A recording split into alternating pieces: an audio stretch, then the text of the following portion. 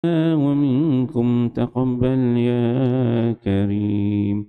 السلام عليكم ورحمة الله وبركاته.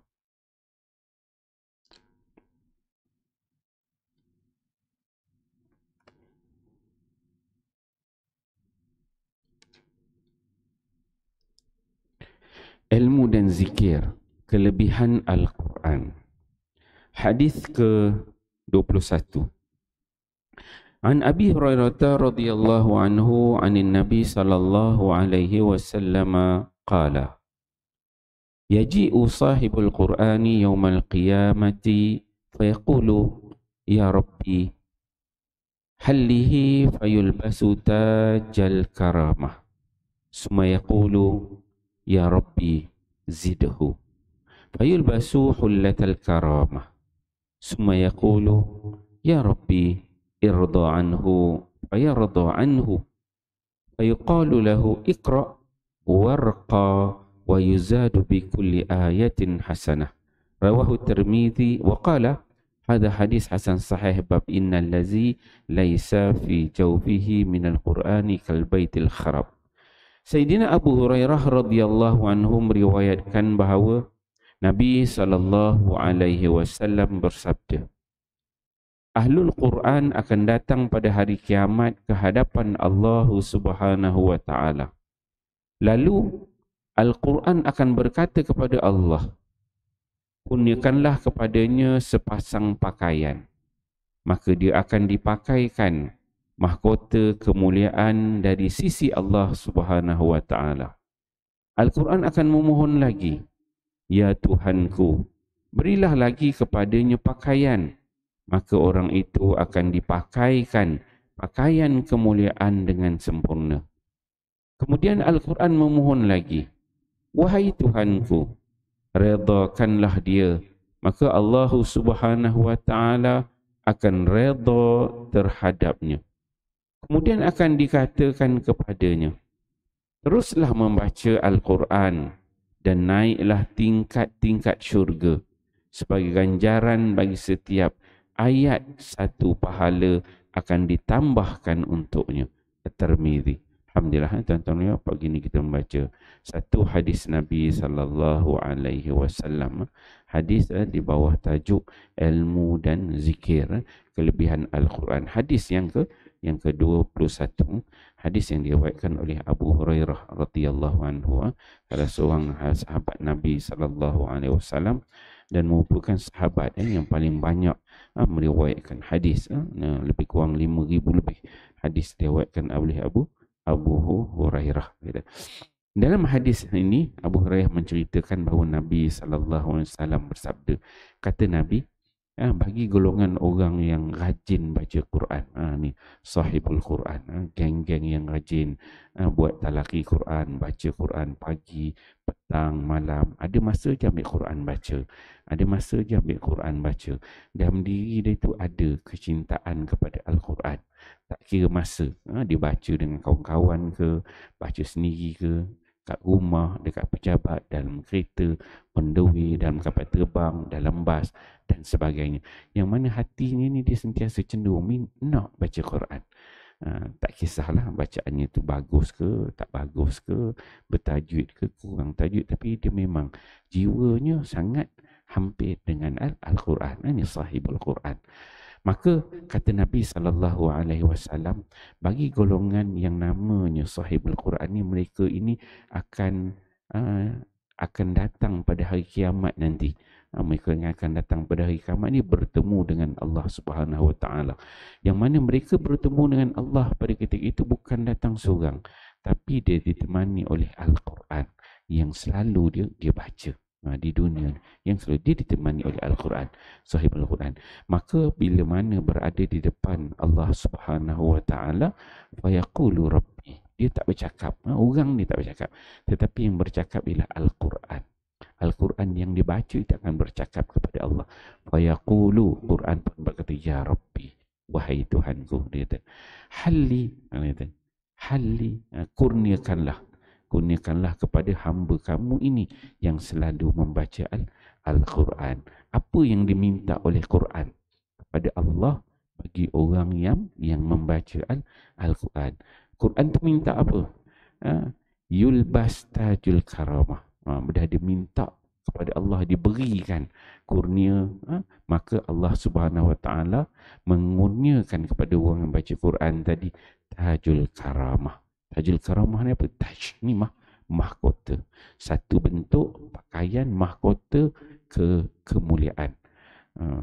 Wallahu alam macam mana rupa dia, tapi satu bentuk mahkota kemuliaan di pakaian. Pakaian nama dia mahkota kemuliaan. Yang pertama, itu permintaan yang pertama daripada Al-Quran kepada Allah Subhanahu Wa Taala. Kemudian Al-Quran ini dia tak puas hati dengan Allah. Quran ni dia tak puas hati. Yang minta satu dia tengok Allah Taala bagi pakaian je. Walaupun hebat, dia tak puas hati. Dia kata lagi, fa yaqulu ya Rabbi, wahai Tuhan. Dia ni dulu kat dunia ada masa baca Quran susah, senang dia duduk terus menerus baca Quran.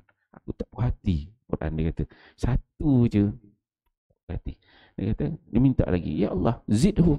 Dia kata zidhu, tambah lagi Allah, aku tak puas hati dengan satu bentuk kurniaan. Maka fayul batu hullatal karamah, maka Allah Subhanahu Wa Taala mengurniakan kepada orang ni tadi yang baca Quran tadi, hullatal karamah, dipakaikan satu pula bentuk kurniaan yang lain, satu bentuk pakaian kesempurnaan.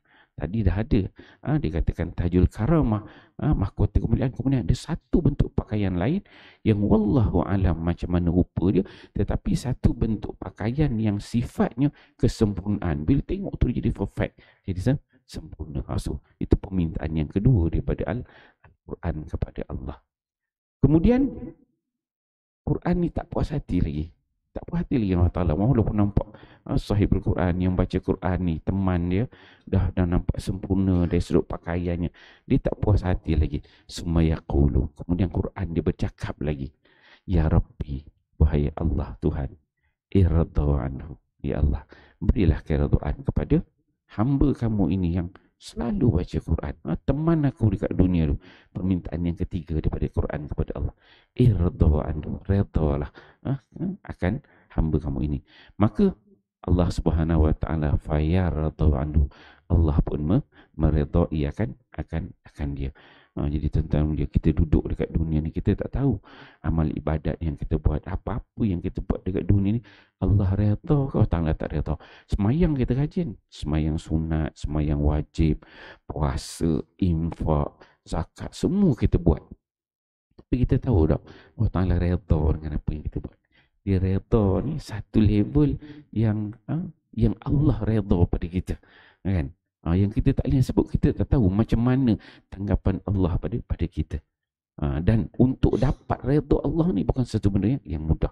Dan ini Quran, kalau kita baca dekat dunia ini, akhirat kelak besok dia minta dengan Allah supaya Allah Ta'ala redha kepada kita, kan? Bila Allah redha kepada kita ni, segala-galanya Allah Ta'ala akan berikan. Macam kita lah, ada anak, ada isteri, yang mana kita cukup berpuas hati, orang kata redha, puas hati dengan ataupun kawan-kawan kita, mak ayah kita. Bila dia redha ni, dia tak ada border, dia had. Itu yang diminta oleh Al-Quran yang ketiga kepada Allah Subhanahu Wa Ta'ala. Kemudian fayuqalu lahu, kemudian itu yang ketiga. Kemudian yang keempat, permintaan tadi tiga je daripada Al-Quran kepada Allah. Kemudian ada satu suara yang bercakap kepada golongan sahibul Quran yang baca Quran. Apa suara tu? Dia berbunyi, dia kata iqra warqa. Dia kata bacalah Al-Quran. Maksudnya akhirat ni, orang yang dunia baca Quran, dekat akhirat besok dia ada ruang, dia boleh baca Quran lagi. Sebab apa? Quran tu ialah kalam Allah. Kalam Allah ni Allah Ta'ala berikan kebenaran. Satu-satunya bentuk yang boleh dibaca lagi, bentuk macam bentuk amalan, bentuk zikir boleh dibaca Quran ialah membaca Quran. Jadi sahibul Quran ni, suara itu menyebutkan iqra, bacalah Al-Quran, warqa, dan naiklah Syurga Allah ni dia ada tingkat-tingkat dia. Dan orang yang baca Quran, sahibul Quran nanti dia akan naik satu tingkat, satu tingkat, satu tingkat kan? Syurga Allah Subhanahu wa taala. Macam kita kalau kita lebih baik bukanlah contoh. Contoh kalau dunia ni kita ada bangunan 100 tingkat, maka kita naik tingkat 1. Lepas jalan tingkat 1 pusing, naik lift balik ataupun naik tangga naik tingkat 2. Naik berjalan pusing tingkat 2, naik pula tingkat 3. Jalan pusing floor 3 tu naik tingkat 4. Jalan tingkat 4 naik tu sampailah. Maka iqra warqa. Naik tingkat satu tingkat, kemuliaan yang diberikan oleh Allah. Wa yuzadu bi kulli ayatin hasanah. Kata Nabi sallallahu alaihi wasallam, setiap kali satu ayat dia baca dengan kebenaran daripada Allah tadi, maka akan bagi setiap ayat ni baca tu ada satu hasanah, satu kebaikan, kemuliaan yang Allah berikan kepada sahibul Quran tadi. InsyaAllah tuan-tuan mulia. Ni cerita tentang kelebihan Quran yang banyak. Start daripada dunia, sebut Quran ni, apa benda yang berkait dengan Quran yang sangat mulia. Bermula daripada dunia sampai akhirat, sampai masuk syurga Allah. Dia punya kelebihan itu akan bertambah lagi, insyaAllah tuan-tuan mulia. Bila kita baca hadis-hadis seperti ini, semoga memberikan semangat kepada kita, ingatkan diri kita, anak-anak kita, keluarga kita untuk rajin membaca Al-Quran, mendapatkan syafaat tersebut. Wallahu a'lam. Subhanakallah wa bihamdihi. Sallallahu ala Muhammad sallallahu alaihi wasallam. Sallallahu ala Muhammad sallallahu alaihi wasallam. Ya Nabi salamu alaika, ya Rasul salamu alaika, ya Habib salamu alaika. Sallallahu alaika, sallallahu ala Muhammad sallallahu alaihi wasallam. Sallallahu ala Muhammad sallallahu alaihi wasallam.